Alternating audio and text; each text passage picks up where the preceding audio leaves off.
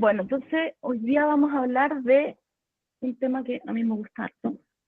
Y quise agrandarlo un poco porque habíamos dicho que íbamos a hablar de rosácea principalmente, pero como que englobé también la blefaritis porque es como van de la mano, ¿ya? Entonces,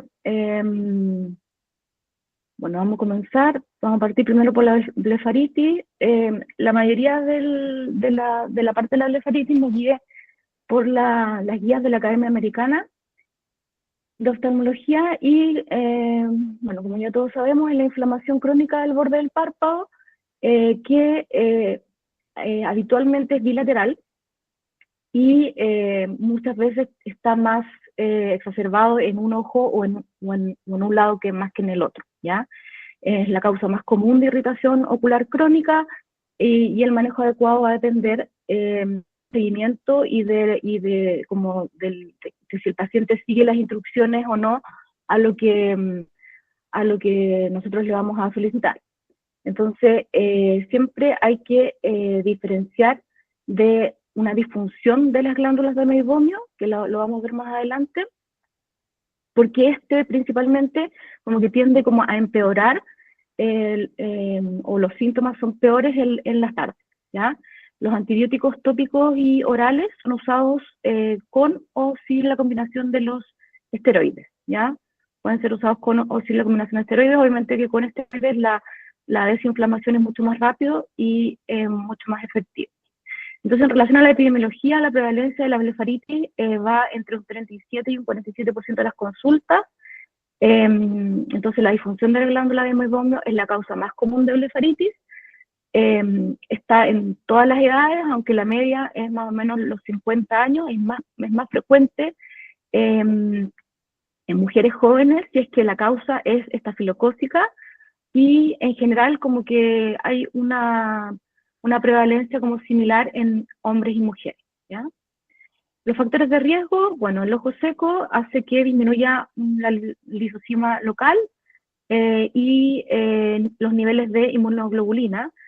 Eso asociado a la deficiencia lagrimal y altera la barrera natural frente a los gérmenes, y esto hace que como que el Demodex o el estafilococo como que esté más presente en el borde del párpado, ¿ya? Algunas condiciones dermatológicas que están muy asociadas es la dermatitis seborreica y la rosácea, y hay otras más que las vamos a ver también como diagnóstico diferencial.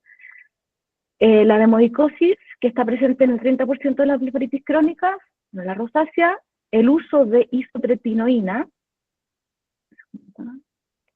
el uso de isotretinoína, espera un segundo, que aquí se me... El uso de la isotretinoína y la conjuntivitis papilar gigante en aquellas personas más alérgicas, ¿ya? Entonces, bueno, esta tabla no se ve muy bien, pero algunas otras condiciones asociadas a inflamación del borde del párpado que siempre las tenemos que diferenciar son las infecciones bacterianas como el entético, la erisipela y la blefaritis angular, que está principalmente por la moraxela, que es súper importante, que esa da un enrojecimiento, como unas grietas, podríamos decir, como justo en el borde del párpado hacia temporal.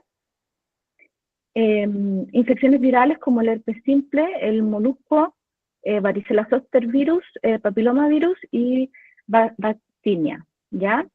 Y en relación a las infecciones por parásitos, la pediculosis. Acá hay otras enfermedades inmunológicas que también están como asociadas a inflamación palpebral, que son la dermatitis atópica, la dermatitis de contacto, el eritema multiforme, el pénfigo, el Steven Johnson. Bueno, son ya cosas mucho más severas, pero son inmunológicas también. Dermatológicas como la psoriasis, la ictiosis, la dermatitis exfoliativa y la eritroderma, algunos tumores palpebrales, algunos tumores benignos y otros malignos, y el trauma como químico, térmico, radiación, mecánico, ¿ya? Entonces vamos a dividir la blefaritis en anterior y posterior, o mixta, ¿ya? La anterior puede estar subdividida en estafilocócica o seborreica, o mixta también, y esta da principalmente como esa caspita en el borde de las pestañas y en los folículos de las pestañas, ¿ya? Y la posterior generalmente se evidencia con algunos estudios, o bueno, podemos al abrir el párpado o la conjuntiva, para poder evaluar la conjuntiva tarsal, podemos ver cómo los conductos de las glándulas de meiomio están engrosados o como deformados, podríamos decir, con acumulación de secreción oleosa, ¿ya? Y esa principalmente es la posterior, que se llama disfunción de la glándula de meiomio o meibomitis, ¿ya? O puede ser mixta también. Entonces el cuadro clínico principalmente da ojo seco, ardor, sensación de cuerpo extraño, ojo rojo, costras o caspa alrededor de los ojos, y los síntomas empeoran en la mañana, ¿ya? En general, el hecho de tener como esta casita o esta inflamación en el borde del párpado da prurito, y esto se puede confundir un poco con cuadros de alergia, ¿ya? Entonces siempre hay que ir a buscar disfunción de las glándulas de meiomio, ¿ya? O Demodex.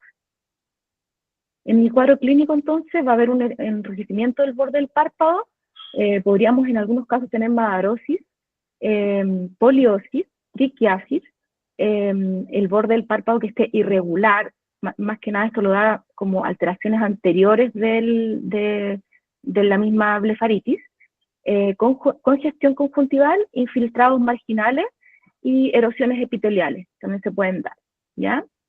Entonces, en relación a la blefaritis anterior estafilocócica, vamos a ver escamas y costras y un eritema del borde del margen palpebral.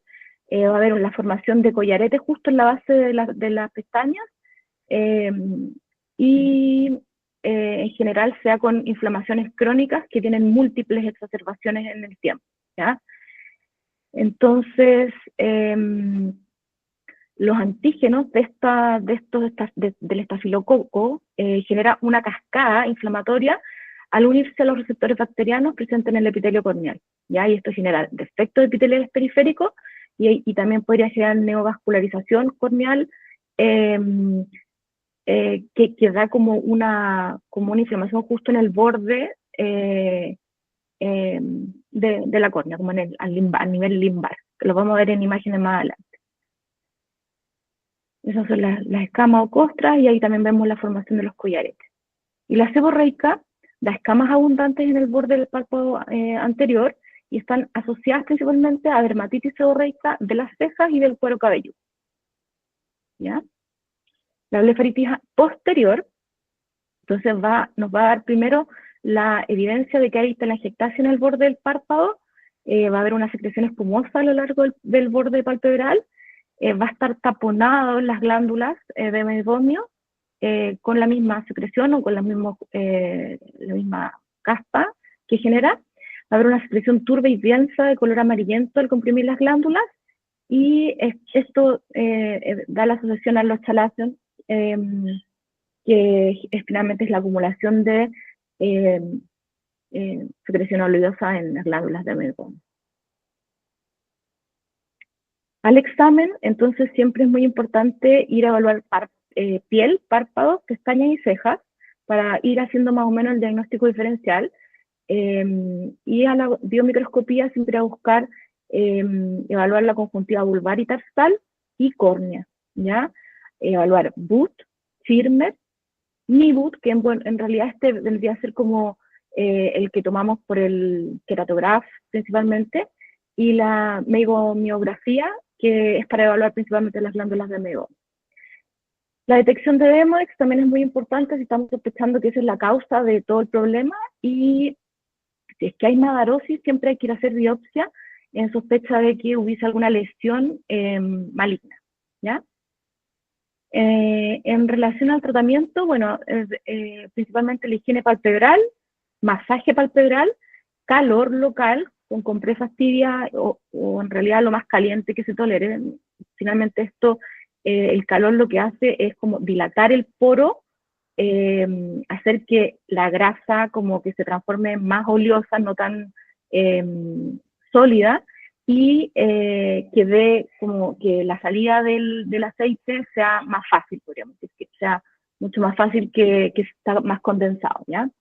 Antibióticos tópicos, corticoides, antibióticos sistémicos en casos más severos y ciclosporina en casos en que veamos que hay un ojo seco severo, en que hay ingreso o neovascularización corneal y que ya son pacientes como más crónicos, ¿ya? Que no han respondido bien al tratamiento. Entonces, hay varios estudios que postulan a que uno de los tratamientos como muy bueno para este tipo de como ojo seco y alteración de las glándulas de meibomio sería el uso de omega 3, ¿ya? O ácidos grasos omega 3 o 6, ¿ya? Es como, es una sugerencia como bastante eh, como contradictoria. En realidad, en algunos papers habla muy bien de este tipo de ácidos grasos, en otros no tanto, pero en aquellos pacientes que el tratamiento es como difícil y que no mejoran, sería bueno plantearlo, ¿ya? El uso de omega 3 para la disfunción de glándulas de meibomio, ¿ya? En relación a los signos y síntomas de la blefaritis la dividimos entonces en anterior, posterior, mixta o blefaritis marginal, que es principalmente la que está alrededor de la córnea. Y aquí este es como un algoritmo para poder guiarnos más o menos como al tratamiento. En general van con compresas tibias o lo más calientes que se pueda en el borde del párpado, antibióticos tópicos sistémicos, inhibidores de la calcineurina y el aseo palpebral, que más que nada como, es como para hacer una limpieza mecánica del borde para que no se obstruyan las glándulas de meibomio.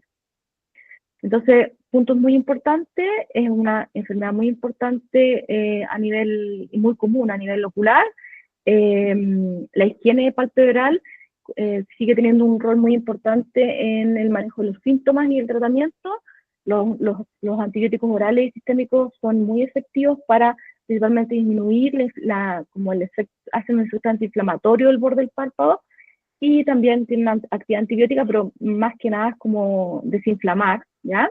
De hecho, ahora último, bueno, lo vamos a ver en rosácea después, ahora último se ha visto que las dosis de 100 miligramos cada 12 horas que se usan de doxiciclina habitualmente se han ido como cambiando a usar dosis un poco más bajas de 40 miligramos, pero de acción prolongada, ¿ya? Porque se ha visto que el efecto más importante de los antibióticos en este momento en blefaritis y rosácea es desinflamar más que como usarlo como antibiótico como tal, ¿ya? Los esteroides tópicos pueden ser usados en conjunto con la higiene y,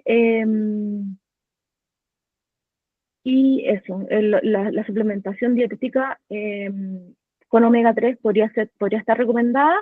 Y ahora vamos a ver también que hay otras recomendaciones que salieron últimamente en relación a la flora intestinal, ¿ya? Entonces, en rosácea es una enfermedad inflamatoria crónica que afecta a la piel de la cara, principalmente en la región centrofacial. Es muy característica y aquellos pacientes que la tienen, basta con uno mirarlos como al inicio y poder decirle, hola, buenos días, mi nombre es, no sé, doctora tanto, ya te das cuenta que el paciente tiene una alteración en piel, ¿ya? Entonces, siempre es bueno preguntar en aquellos pacientes que uno sospecha que tienen algo en piel, si le han dicho en algún momento que tiene alguna enfermedad dermatológica o directamente si le han dicho alguna vez que tiene rosácea. Quizás nunca le han dicho, pero por ejemplo hay muchos pacientes que dicen que su mamá tiene o que su hermana tiene o que hay familiares que tienen, ¿ya? Entonces hay que ir a buscar dirigidamente los signos que vamos a ver, ¿ya? Eh, entonces esta inflamación crónica da el eritema, centrofacial y ese eritema puede ser transitorio, va y viene, o puede ser persistente, ¿ya? Involucra la superficie ocular No se sabe muy bien la etiología, todavía se describe como un proceso multifactorial. Se da en ambos sexos por igual, un poquito más también en mujeres. Y, y, la edad como típica es más de 30 años, con un pic entre los 40 y los 60, más o menos igual que la blefaritis, ¿ya? En relación a la epidemiología, en la incidencia de Inglaterra es de 1,65 por cada 1000 personas al año, la prevalencia en Alemania 2,3%, en Estonia y Suecia 10 y 22% respectivamente, y bueno, esta epidemiología estaba principalmente en países más nórdicos, por lo mismo, porque en la mayor incidencia está en aquellos pacientes con piel blanca e historia familiar de rosa, ¿ya? Entonces, la fisiopatología está en investigación, se plantea una disregulación entre la inmunidad innata y adquirida, y esto da como incremento de los niveles de péptidos antimicrobianos, neuropéptidos, radicales de óxido nítrico, proteasas, citoquinas, quimioquinas, neurotransmisores. Todo esto se ha visto involucrado como en esta disregulación y el efecto como vasodilatador que genera.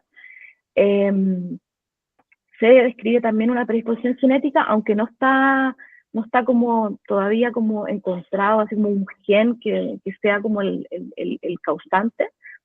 Y hay muchos gatillantes, los principales son el Demodex, la radiación ultravioleta, el Helicobacter pylori, está como, lo puse ahí como en interrogación, porque si bien se describe, más que el Helicobacter pylori ahora último, se está describiendo más bien como una alteración en la flora intestinal, como una disbiosis que lo describen, ¿ya? Y el calor extremo o el frío extremo, la humedad, el estrés, el ejercicio extenuante, el alcohol y la comida picante. Esos son como los más típicos y que siempre hay que preguntar. A muchos pacientes dicen, no, yo no tengo nada en la piel, pero tú le vas preguntando, ¿te colocas rojo cuando te tomas un traguito? Sí.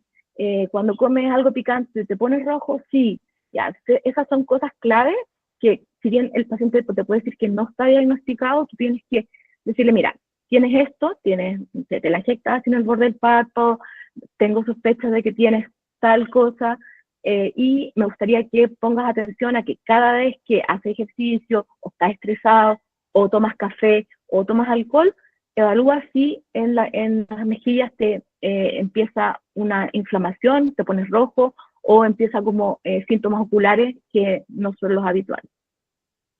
Entonces acá como los gatillantes o los factores como principalmente más importantes, están los factores como gatillantes propiamente tal, que ya los vimos, el estrés, el calor, el Demodex, el sol, lo picante, el alcohol, el café, todo eso. Hay una disregulación neurovascular, que en esta disregulación está todo el sistema inmunológico y la flora intestinal, y anormalidades en la inmunidad, que es la misma irregulación, el balance de la inmunidad innata, y se describe una predisposición genética. Todavía no se encuentra como el gen así específico, pero todo esto es como un círculo vicioso, podríamos decir, ¿ya? Entonces, en el diagnóstico no existen test de laboratorio, el diagnóstico es principalmente según las características clínicas. Existe una sospecha dermatológica, habitualmente se parte por la sospecha dermatológica y luego sigue como la fase ocular, a pesar de que puede partir en ojo y aparecer posteriormente en piel, ya lo vamos a ver también. Una cosa muy, muy importante es que hay ausencia de comedones y quistes térmicos infundibulares, ¿ya? Entonces, eso lo hace diferencial, como diagnóstico diferencial del acné, ¿ya? Hay ausencia de comedones y quistes dérmicos, eso es muy, muy importante como para hacer el diagnóstico diferencial de acné, ¿ya? Entonces, de los criterios diagnósticos, tiene que haber sí o sí más de 3 meses de alguno de estos, ¿ya? Eritema transitorio, eritema persistente, pápulas o pústulas inflamatorias o telangiectasia, ¿ya? Más de 3 meses, ¿ya? Y como criterio secundario, cambios fiematosos, sensación de quemazón, placas eritematosas, sequedad facial y descamación, edema, localización periférica y manifestaciones oculares, ¿ya?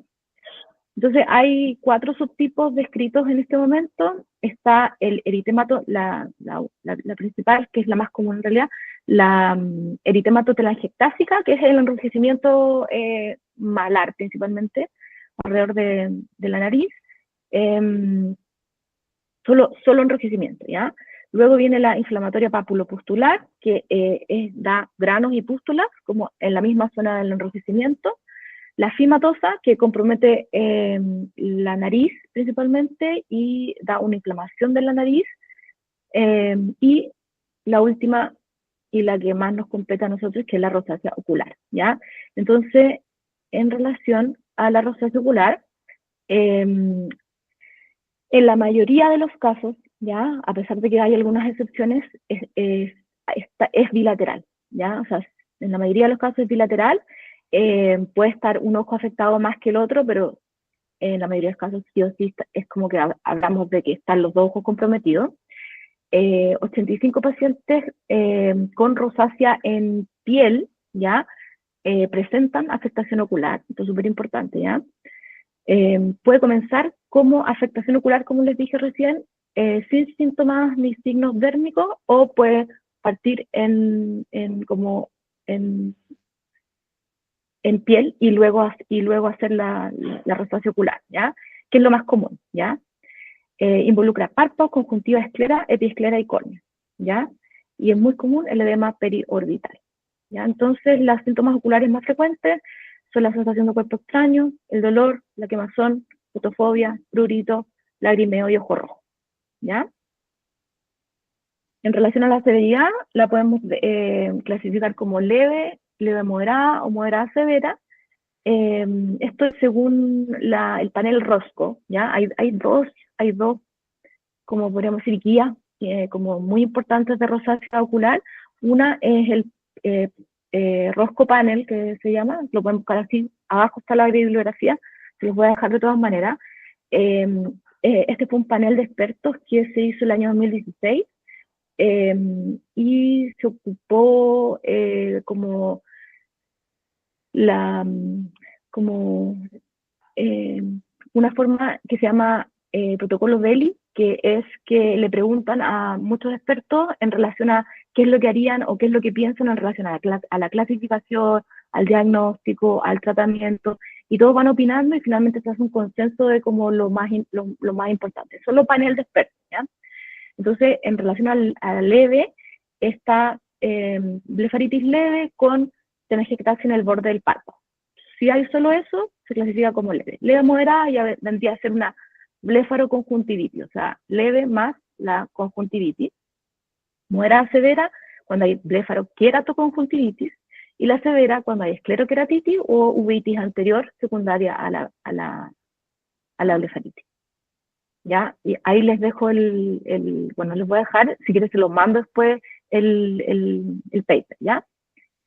Y en relación al tiempo, podemos tener, si bien la dividimos en eritematotelangiectásica, papulopustular, fimatosa y ocular, eh, podemos tener todas juntas también, ¿ya? O sea, no necesariamente tiene que estar una sola asociada, ¿ya? Y tenemos el eritema facial, la telangiectasia, lesiones inflamatorias, cambio fimatoso y síntomas oculares. Las podemos tener en cualquiera de todas las clasificaciones, ¿ya? En relación a las alteraciones corneales, es la principal complicación que amenaza la visión. Hay infiltrados corneales periféricos, con adelgazamiento periférico y astigmatismo asimétrico. Puede haber vascularización corneal, queratitis punctata, y en inflamaciones severas podemos ver melting y vascularización que compromete el eje visual. En relación a las alteraciones lagrimales, tenemos la disfunción de la glándula de meiomio, el síndrome de ojos secos de tipo evaporativo, que vamos a tener el TEUD disminuido, Schirmer disminuido, menisco lagrimal disminuido, y el índice de OSDI aumentado. Es como una encuesta que se le hace a los pacientes para evaluar qué tanto le impide la calidad de vida la sintomatología, ¿ya?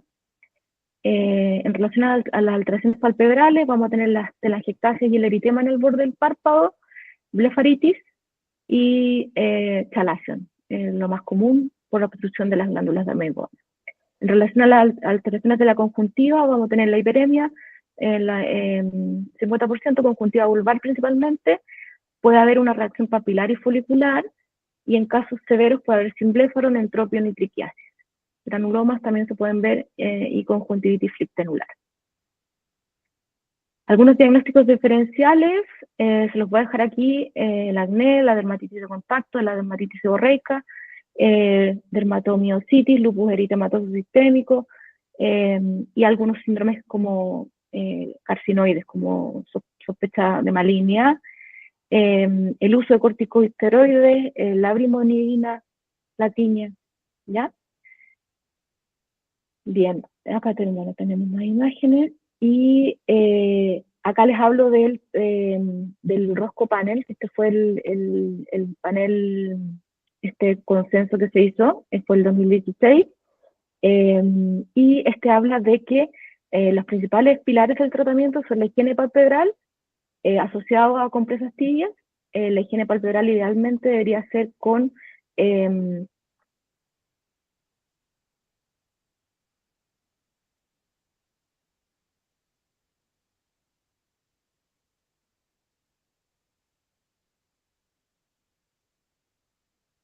protección UV. ¿Ya? En relación al tratamiento tópico, se dividió el tratamiento en leve, moderada, severa.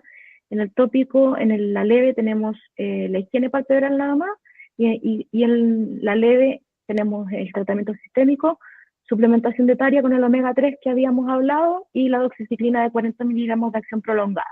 ¿Ya? En relación a la moderada, tenemos el tratamiento tópico también con higiene de párpados y ciclosporina, ¿ya? En blefaroconjuntivitis, ¿ya? Y en sistémico también la doxiciclina de 40 miligramos de acción prolongada. Y en la severa, higiene de párpados,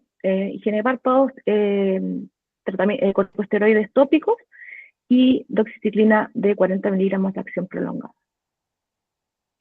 Bueno, acá les hablo entonces del omega 3, que también es una opción, y también se puede usar acitromicina o doxiciclina, como las dos son tetraciclinas que sirven en el tratamiento de la rosácea ocular. ¿Ya? Y acá también este otro artículo de que habla de el beneficio de una dosis única de doxiciclina, ¿ya? No estar como bombardeando al paciente con antibióticos en la mañana y en la noche, 100 miligramos cada 12 horas por un tema gastrointestinal principalmente, y de seguimiento. El paciente cuando tiene que usar muchas cosas como que no sigue el tratamiento efectivamente. Entonces, hablan de que es mejor usar una dosis de 40 miligramos de acción prolongada a 100 cada 12. Y también por el hecho de que es más que el efecto es principalmente antiinflamatorio más que antibiótico, ¿ya?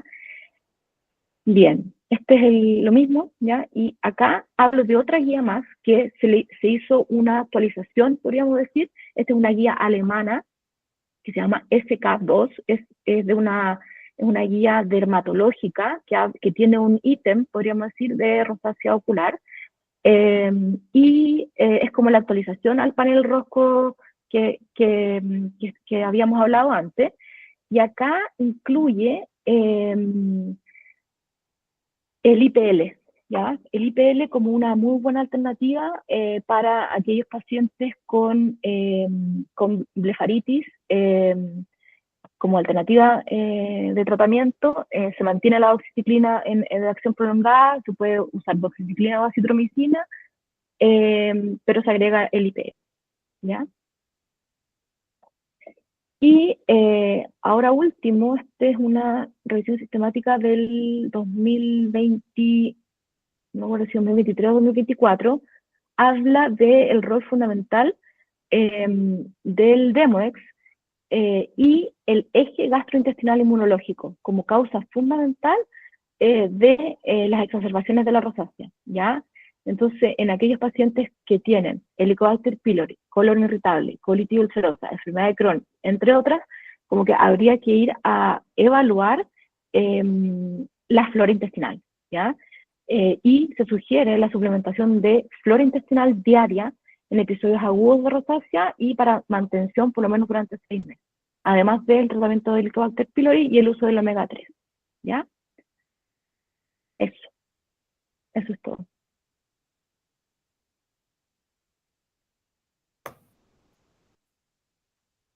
Muchas ¿Alguna gracias. duda? Muchas gracias. Yo tenía una duda con las dosis de 40 miligramos de liberación prolongada, ¿cuánto tiempo nos sugiere como mínimo hacer tratamiento? Mira, en relación a la doxiciclina, yo personalmente, eso no sale en el panel Rosco, ni en la otra, pero en general se deja por lo menos 3 meses, ¿ya? Y en algunos casos, si vemos que después de los 3 meses se vuelve a activar la rosácea, lo ideal es mantenerlo por lo menos 6 meses, Ya, ¿ya? Una vez al día. perfecto. Muchas gracias. ¿Tienen dudas, chicos? A ver, ¿quieren preguntar?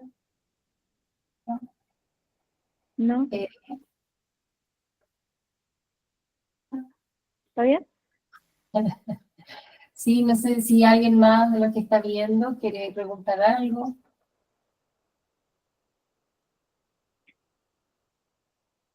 Lo de la flora intestinal es algo nuevo. Eso no lo habíamos estado viendo antes, ningún como manejo, pero es algo que como que se viene ahora, ¿ya? Entonces sería bueno comenzar a plantearlo en los tratamientos de los pacientes eh, que activan la rosácea frecuentemente. Y obviamente tratar de hacer de que los pacientes eviten los gatillantes, todos los gatillantes que les nombré, ir a buscarlos y a evitarlos, obviamente. Sí. Sí, hay como que se asocia harto lo de la flora gastrointestinal con todas las patologías cutáneas en general. Con la dermatitis atópica también se ve que las Y todo lo exacerba. inmunológico. Sí. Eh,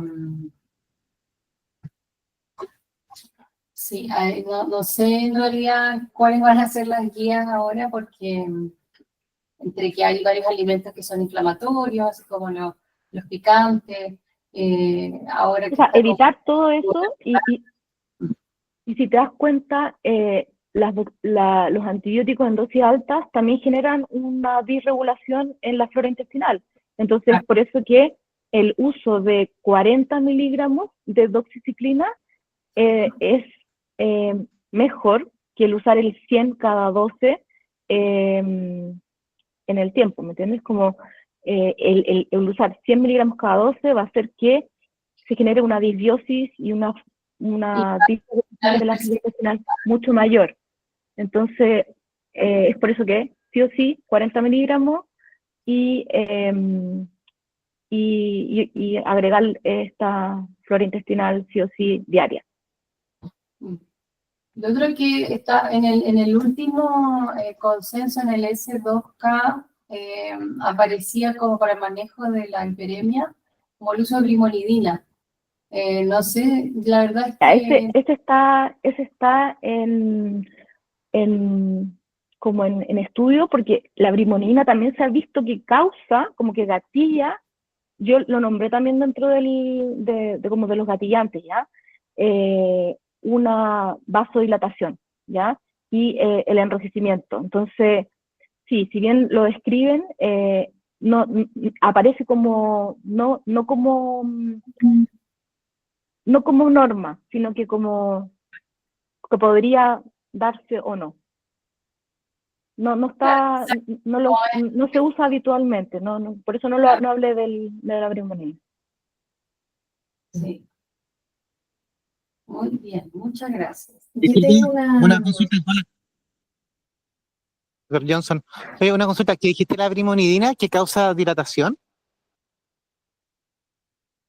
No, que genera como finalmente como una exacerbación de la rosácea. ¿Y eso por qué sería? Como por un efecto como inflamatorio. como que genera una inflamación y se gatilla nuevamente la vasodilatación en piel. Es que igual la brimonidina produce conjuntivitis como una reacción, ¿cómo se llama?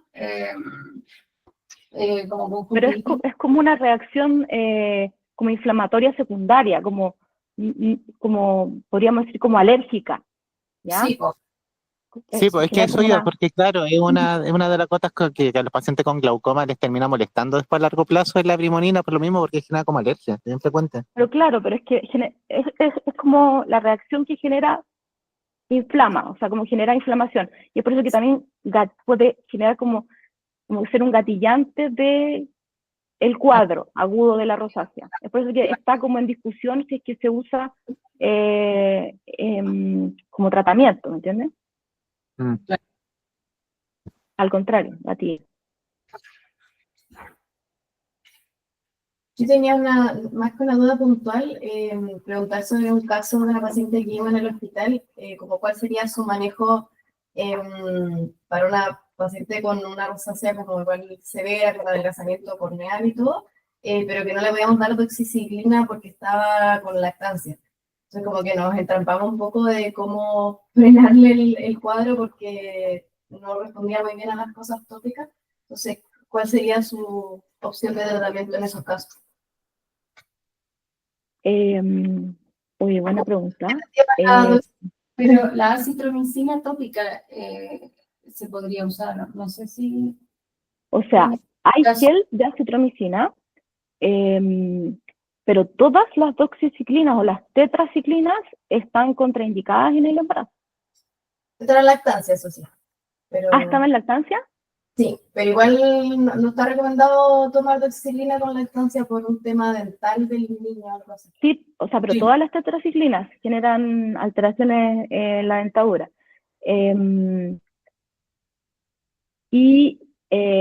Bueno, es que ahí yo creo que es una muy buena pregunta.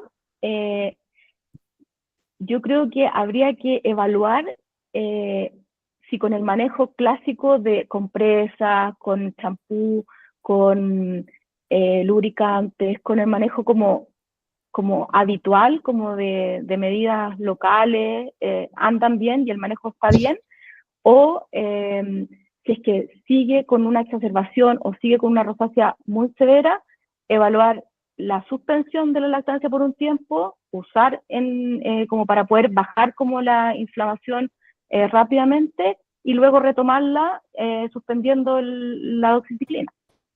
En casos severos, ¿me entiendes? Yo partiría con todo lo que hablamos de como tópico, aseo, calor, lubricación, omega 3, todo lo que quizás nos podría ayudar que no sea tetraciclina. Si es que así no funciona, quizás podríamos conversar con la paciente y evaluar la posibilidad de la suspensión de la lactancia y priorizar el tratamiento con antibióticos. Súper. Doctor Johnson. Sí, es que sabes que yo ando un poco perdido. Josefina, tú trabajas en la red Pasteur, te estás formando. Es que no te conocía. Yo trabajo en el Hospital San José en Indisa. Y en Indisa. Perfecto. ¿Y en el auditorio quién está? Los becados principalmente. Y está... Que nos Soy yo caso, es que mira, en también, el Laura auditorio hay también. un tema importante. Hay que recordar que la citromicina no es una tetraciclina, la citromicina es un macróleo. Ya tanto ahí se está mezclando Sí. algunos temas. La citromicina es un macróleo. ¿Ya? Ahora lo otro que es importante destacar y que influye también mucho en el resultado es la fuente del omega 3. Por ¿Es cosa? eso hay muchos trabajos que son un poquito a veces no concordantes. El aceite de krill, en el fondo la parte como marina, pero también hay una fuente omega 3 que es de la linaza, ¿ya? Que lo venden de forma muy frecuente como una alternativa más suave con el estómago, porque las cápsulas de omega 3 que vienen del pescado y todo, no caen muy bien. Alguna, con alguna comida principal, No sé si, etcétera, porque uno queda con olor a pescado, duele la guata, o sea, es medio incómodo. El problema es que los que vienen del aceite de linaza, de liquidez, es como la mitad de lo que viene del aceite de pescado, ¿ya? Entonces, cuando se recete el omega 3, traten de que sea de la mejor fuente, que es la que es el aceite de pescado o el aceite de krill. Lo otro es que gran parte de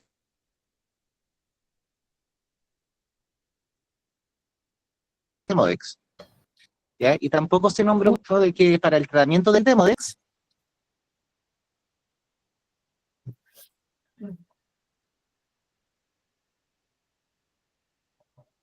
o del árbol del té, pero también es un tratamiento sistémico, que es bastante bueno y que sirve mucho en esos casos de que son un poquito refractarios a tratamientos, que es la ivermectina vía oral. Y eso tiene un esquema de tratamiento también para que sea efectivo, ¿ya? Entonces, en esos casos de blefaritis que son un poquito resistentes al tratamiento habitual, hay que considerar esas dos formas de tratamiento, de cambiar la fuente del omega 3 y de asociar ivermectina. Ahora, el Demodex tiene un bacilo. A veces uno mata el bacilo con la ivermectina o con la citromicina o con lo que sea, y el bacilo provoca más inflamación. Y ese bacilo es sensible a ciprofloxacino. Por lo tanto, cuando quieran tratarlo de forma tópica, una muy buena alternativa es dejar aquellas combinaciones de ciprofloxacino con dexametasona. Matamos el bacilo y controla también la inflamación de la muerte del bacilo. Entonces, esos son pequeños tips de que ayudan en esos casos en que son un poquito fuera como de la norma, que uno dice, pucha, ¿por qué no anda este paciente? Porque a veces la forma de tratamiento, si uno se pone que la tetraciclina, que el macrolio, que el antibiótico, a veces no va por ahí, sino que hay que dejar un antiparasitario.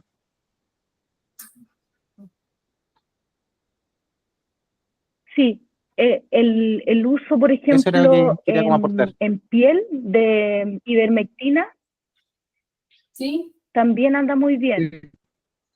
En En tópico. piel hay una crema que se llama Solantra, que es ¿Sí? solo ivermectina, y, Sí. y lo que hace en los casos agudos de rosácea, como yo les digo, como apagar el fuego, como que lo que hacen es desinflamar intensamente la zona enrojecida, que finalmente es lo que hace que se mantenga como el episodio agudo activo.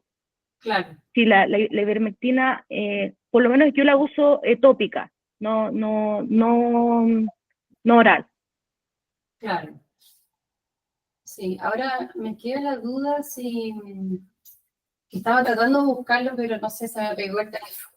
Si es que se podría usar acitromicina tópica en embarazo, como para como Sí, para la eso yo creo que inflamación. es algo, yo creo que es algo que, o sea, tú dices en embarazo o en lactancia, hablando de la paciente. Yo las dos, porque, o sea, igual, claro, uno sabe que lo tópico se puede absorber sistémico, pero no sé si tiene algún problema o contraindicación.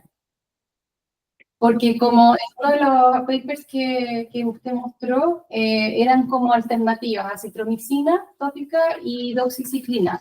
O sea, eso entendí yo. Sí, Entonces, quizá en estos no, pero casos, es uno o el otro. O sea, que en claro, general como que sí. claro. Entonces, por eso pensaba que en el caso, por ejemplo, que planteaba la Pascal, esa la podría ser una alternativa, la acitromicina tópica, pero no puedo buscar qué categoría es. Yo creo que sería bueno averiguar eso. La verdad es que no te podría decir. Yo intentaría primero como todo lo no antibiótico antes de, sobre todo si están en embarazo.